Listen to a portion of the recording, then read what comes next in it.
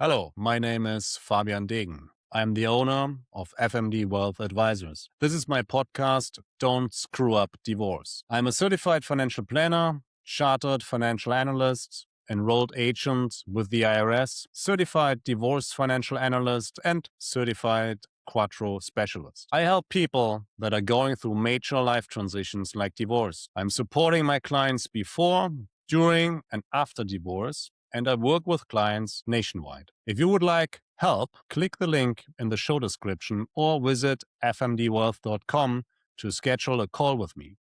We are open for business. So, this week's podcast topic is the pre-divorce financial checklist every high asset spouse should see before filing. So by the time most people sit down with a divorce attorney, they have already made several financial decisions that will shape the case. Some of those decisions are helpful. Many of them are not. The weeks and months before a divorce is filed are some of the most consequential of the entire process. They are also the most overlooked. Once papers are filed in New York, automatic restraining orders kick in that limit what either spouse can do with marital assets. Bank accounts cannot be drained, retirement accounts cannot be moved, and significant transfers can be unwound by the court.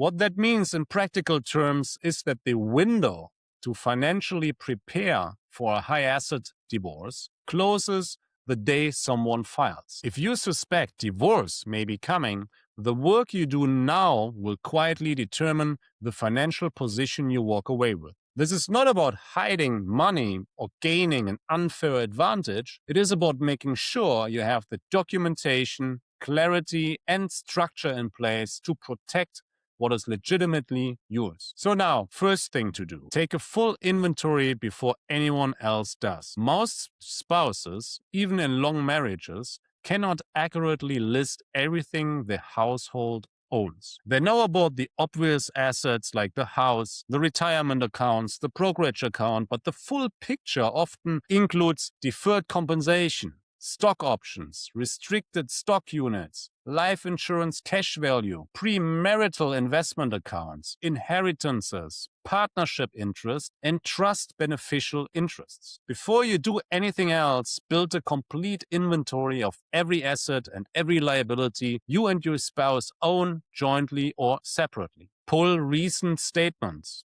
Note the title on each account. Flag anything that exists before the marriage or was received by gift or inheritance because those items may qualify as separate property under New York law. Actual equitable distribution in New York is governed by domestic relation law 236. And the distinction between marital and separate property is one of the law's most consequential lines. The party who can document that distinction usually fares better than the party who cannot. Build the inventory in a single spreadsheet and resist the urge to keep it in your head. Memories does not hold up under disclosure. A simple list with current value, account number, title, and an indication of whether the asset is marital, separate, or mixed becomes the foundation of every other piece of preparation. So, get pre-marital statements while you still can. If you brought significant assets into the marriage, the burden of proving the pre-marital portion sits with you, not your spouse. And the proof has to be documented. That's very important. Old account statements are harder to obtain than most people realize. Many custodians only retain 7 to 10 years of historical statements online, and some require formal requests for anything older. If your retirement account or investment account was opened 20 or 30 years ago, you may need to request archived statements directly from the institution, which can take weeks or months. So, start the process now before there is any pressure or visibility around it. Once divorce paperwork is on file, requesting old documents through your bank takes longer and sometimes costs more. Another thing to take care of is pay down debt where it makes sense. Marital debt, like marital assets, is generally divided in divorce. But the way it gets divided is not always intuitive. A court can order the spouse whose name is on the debt to pay it, even if the spending was done by the other spouse. If you have joint credit card debt or other consumer debt that is going to be divided anyway, paying it down before filing can simplify the picture and reduce the amount that has to be allocated. The same does not apply to mortgages or other secured debt, which generally stay with the underlying assets. Be cautious about taking on new debt during the period. Anything that looks like wasteful spending or an attempt to position the financial picture for divorce can be unwound, and the court can treat the dissipated funds as if they still existed. Open accounts in your own name and do it in the right way. If you do not have credit, banking, and investment accounts in your sole name, now is the time to open them. Not to move marital assets, but to make sure you have the basic financial infrastructure you will need. Apply for a credit card in your name. Open a checking account at a different institution from the marital accounts. If your career allows it, consider establishing a small investment account with your own contribution going forward. When divorce is filed, the New York automatic order sharply restricts what either spouse can do with marital assets, including moving them between accounts. Having your own existing accounts in place before that point removes a layer of complications and friction during the case. Many high net worth households operate without a real budget. Income flows in, expenses flow out, and as long as the math has worked for years, no one looks closely at the line items. So before divorce, that needs to change. Pull 24 months of joint bank and credit card statements and categorize what was spent. Identify what was discretionary, what was fixed, and what was tied to the children. This becomes the foundation for the standard of living analysis that drives maintenance and child support in a high-income case. Be granular. The category called travel can mean 5-star international trips, or it can mean weekend drives to visit family. The category dining can mean 6-figure annual restaurant spending or routine takeout. These line items will be argued about in support negotiations, and the side that brought documentation wins those arguments. You will also need this analysis for yourself.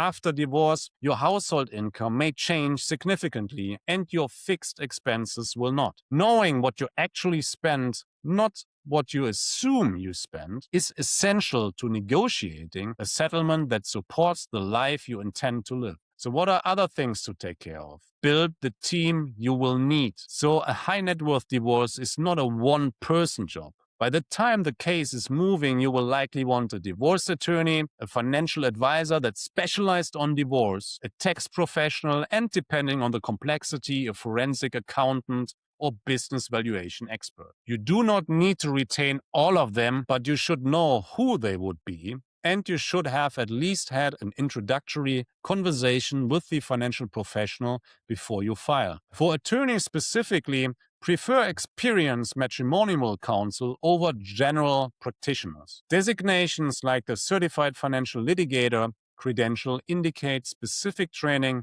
in financial issues in divorce. Caseload, paralegal support, and direct experience with high net worth cases all matter more than the size of the firm. Your financial advisor, in the best case, a certified divorce financial analyst, in particular, should be in the loop early. They can help you map out scenarios, model out the after-tax value of different settlement structures, and identify which assets matters most to negotiate hard for. That work is far more useful before a settlement framework is on the table than after it. What else? Preparation quietly decides the outcome. Divorces are rarely won or lost in a single traumatic moment. They are won or lost in the quiet preparation that happens months in advance. The spouse who walks into the case with a clear documentation, organized accounts, and the financial team already in place is in the fundamentally different position from the one who does not. None of this preparation requires hiding anything. None of it requires doing something illegal. It is simply requires acknowledging that a high asset divorce is a significant financial event and is treating it like one. If you're not certain whether your situation is heading towards a divorce, the work you do now is not wasted. Most of these steps, knowing your assets, having credit in your name, understanding your cash flow, are good financial hygiene under any circumstances. So now let's review some questions that my clients are asking. Should I move money out of a joint account before filing? Be very careful here. Moving large sums out of a joint account can be unwound by the court, and the moving spouse can be ordered to account for or return the funds. There are some legitimate reasons to separate accounts in advance. So, for example, when one spouse has historically controlled all the marital assets. But this should always be done in consultation with a divorce attorney. Quietly draining accounts almost always backfires. Another question: how far back will my financial records be reviewed? In a normal divorce, attorneys commonly request disclosure of assets going back at least 3 years from the date of filing, and sometimes further. If a forensic accountant is involved, the review can extend even longer, especially when there are concerns about hiding income or commingling property. Assume that anything in your financial life over the last several years will be scrutinized. Another question: do I need a prenuptial or postnuptial agreement review before I file? Yes, absolutely. If you have a prenuptial or prenuptial agreement, have it reviewed by an experienced matrimonial attorney before filing. New York imposes specific procedural requirements on these agreements, and even a small defect, such as missing a certificate of acknowledgement, can make the agreement unenforceable. Discovering the agreement is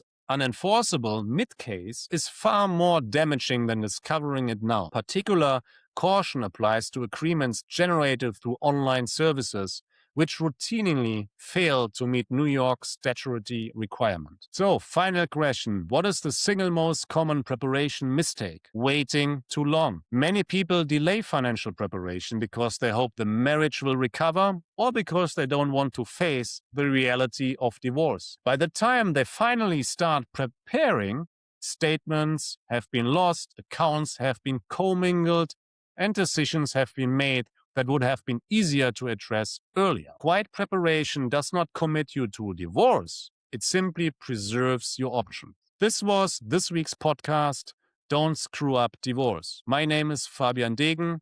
I am the owner of FMD Wealth Advisors. I'm a certified financial planner, chartered financial analyst, enrolled agent with the IRS, certified divorce financial analyst, and certified Quattro specialists. I help people that are going through major life transitions like divorce. I'm supporting my clients before, during, and after divorce, and I work with clients nationwide. If you would like my help, click the link in the show description or visit fmdwealth.com to schedule a call with me. We are open for business. Thank you very much.